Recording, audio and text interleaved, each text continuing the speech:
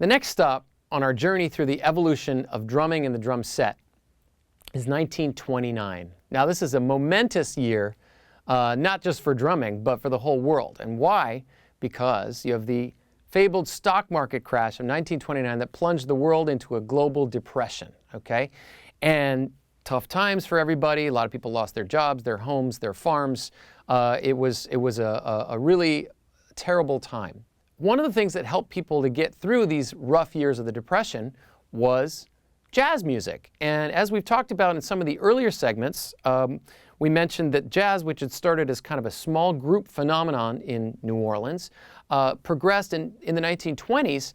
Really, the bands started to become larger and more sophisticated. And as we get into the 1930s, and we really head towards the mid-30s, jazz is now America's most popular form of music. It went from being a real underground thing associated with mobsters and speakeasies and was African American in origin, but now it's really being embraced throughout the country. And the bands have become big enough that in the 1930s, the big band emerges as the vehicle that delivers jazz. Okay? Now, a lot of times we think about jazz as, something that's more affiliated with maybe John Coltrane or Charlie Parker or Wynton Marsalis, something that's not dance music. But at this time, jazz was pop music. It was dance music. It was the thing that people would go out to dance to on a Friday night.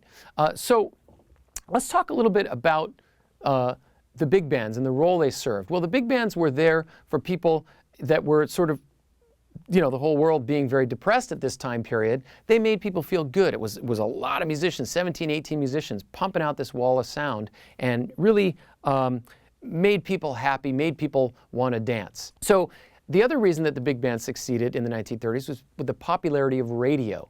And of course, radio at this time was now commonplace enough that most homes could have a radio, or you could go to an establishment and listen to the radio. So, every night, Saturday night, 9:15 to 9:30, you'd hear the Benny Goodman Orchestra play their radio program from some hotel in New York City, and you'd wait and you'd listen, So starting in the mid-1930s, we really get what's now called the big band era, and this would dominate the American musical landscape for the next 10 years. If you notice, since the last segment, our kit has grown a little bit more.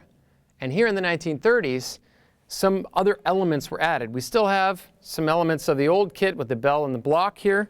We still have your kick and snare, but now we've added some more stuff. We've got toms now, which we'll talk about when we talk about Gene Krupa. We also have still some very small cymbals. We don't have big crash cymbals yet, because if we had a huge crash, we'd knock out the other instruments.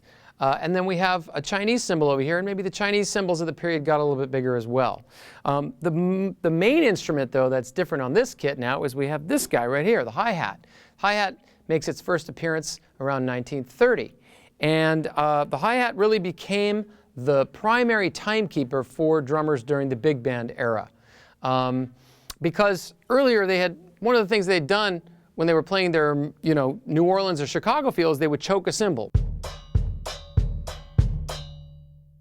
And so that was one way of keeping time versus playing a press roll or playing on the rims or playing on your woodblock. But this was really rather cumbersome because you had to use two hands, right? So they also had the idea, well, let's come up with a foot cymbal that can go against the bass drum. So they created something called a snowshoe cymbal, which was a little foot-operated cymbal that sat on the floor. And now you could do this.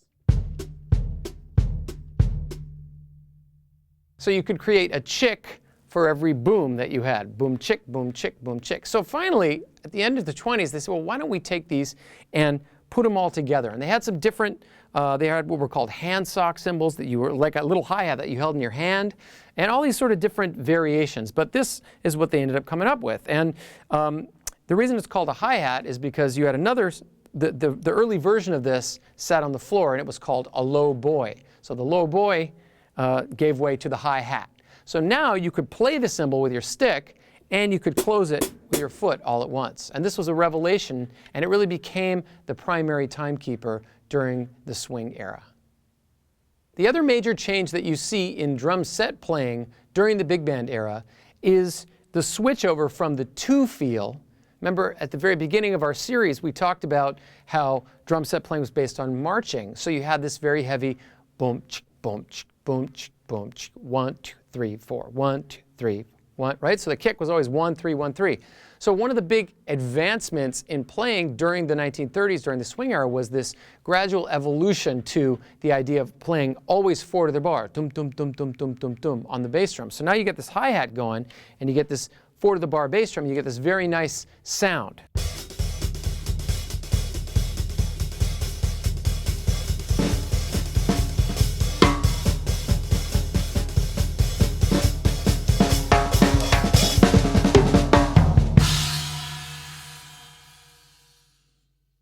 Okay, so let's check out a little bit of swing style playing right now.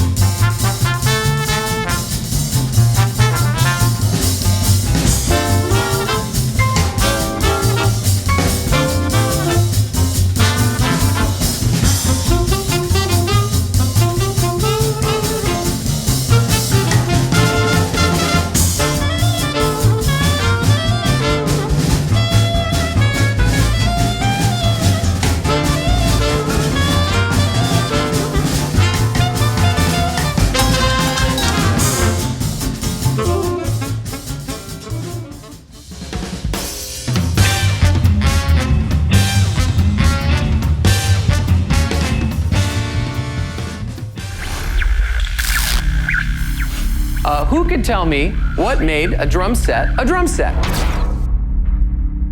The low boy. Kick pedal. Match grip. The sock cymbal. My name is Daniel Glass. I'm a drummer, author, and educator. In 1994, I joined a band called Royal Crown Revue. We were trying to figure out how to take the rebellious spirit of modern styles like punk and put it into big band and other roots music. We found out it was already there. I've been absorbed in this world ever since. I started researching the evolution of the drum set and the way that we play it. In the last dozen years, I've interviewed more than 60 different legendary drummers. I came to a startling conclusion. Perhaps more than any other instrument, the drum set is equipped to tell the story of America and American music. All of these immigrants coming from around the world brought their technology.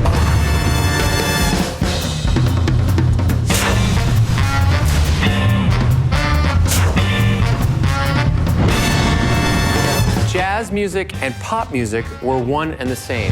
You could dance to it.